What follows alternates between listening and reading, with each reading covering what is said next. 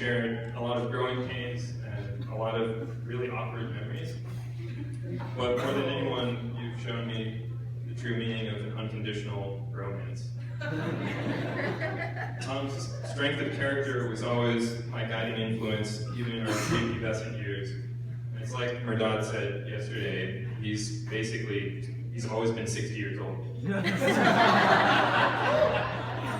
So, some of the highlights from our early years are, Tom once backed me in a fight in the schoolyard when almost everyone else either left or went to class.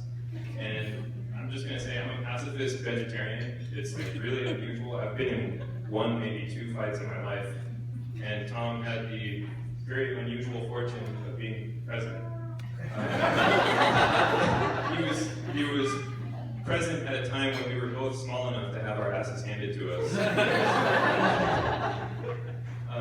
Another time, I was wrongfully accused of hacking the computer lab.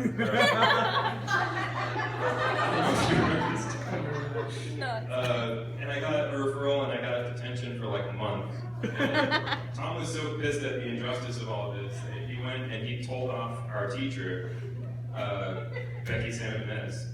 And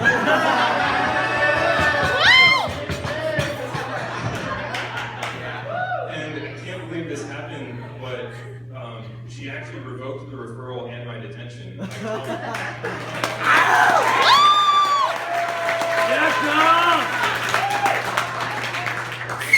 I think what we can take away from these first two stories is that I got ridiculously lucky to have one of the most loyal friends in our school. So another time, our calculus teacher, Mr. Subaya, stops our class, and he's like, "Mr. Carey, why are you not taking notes?"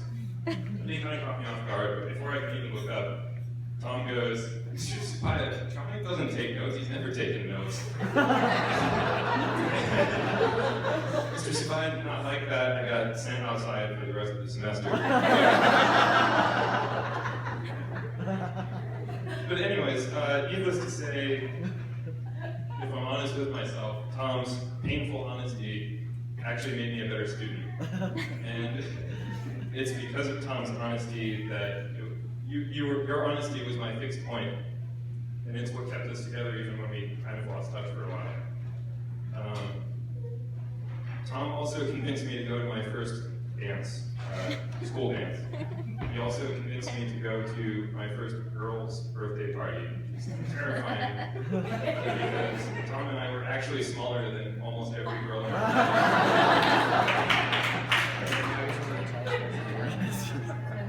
I don't know if it was the Myra factor, or if it was because he was just born a ladies' man, but Tom's confidence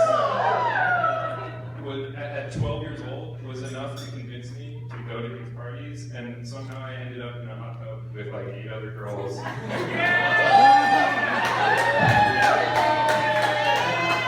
enough, like half of them are bridesmaids tonight.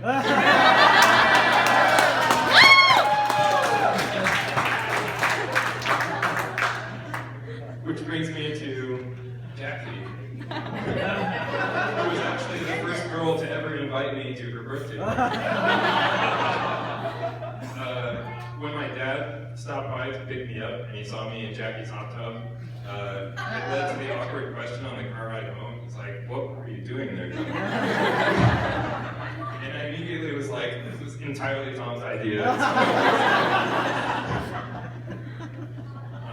But Jackie's warm and inviting nature was always easy for me to talk to, even though I was terrified of girls. I've pretty much always been able to turn to you for a female perspective on any issue, because I have a problem. You wear your heart on your sleeve, just like Tom said earlier, and for me that's refreshing because it means that I actually know where you stand. You're very transparent. I appreciate it. In fact, Jackie's so transparent that the first time I found out that she was dating Tom was from Jackie, not from Tom. Jackie always thinks of others first, which is sometimes so insanely considerate that it doesn't really make any sense to me. For example, she actually texts me on a number of occasions asking if she should make plans to disappear in case I need more bro time with Tom. It's touching. Jackie is so caring that one time she sent Tom to a bachelor party with a tray full of freshly baked cookies. There was a handwritten note on the top that said, "You boys have fun tonight."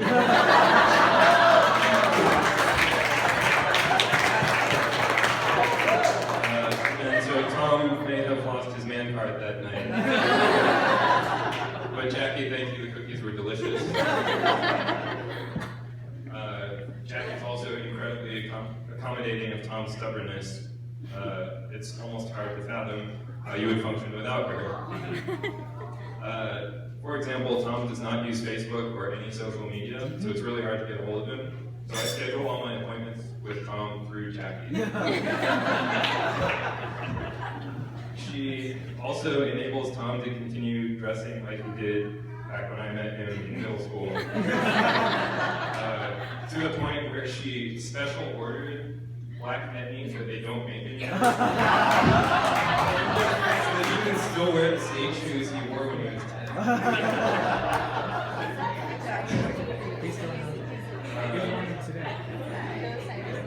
Anyways, but Jackie also can sometimes manage to convince Tom when it counts. She somehow managed to get him to move out of his childhood bedroom, which, Mr. Gordon, you couldn't do in 25 years. They somehow have reached a sweet spot of understanding where they compromise when it's needed, and they preserve the things that need to be preserved. Anyways, when I first found out that you were dating Jackie, do you remember what I told you? It was online at Northrop Grumman. I said, "Tom is basically the best guy I know, and you'll have nothing to worry about." And I still stand by that. Tom has been a master of committed, honest, loyal friendship, and I think it's fantastic that he's found his committed equal on the most important relationship in his life. Tom and Jackie, your love is so strong that, like the great Sir Elton John before me, I can feel the love tonight from wherever you are.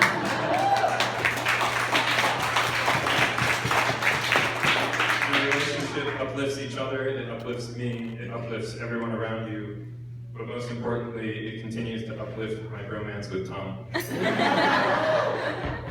Tom and Jackie, I think I speak for everyone here today when I say I love you guys, and I wish you all the best. Here's to Tom and Jackie.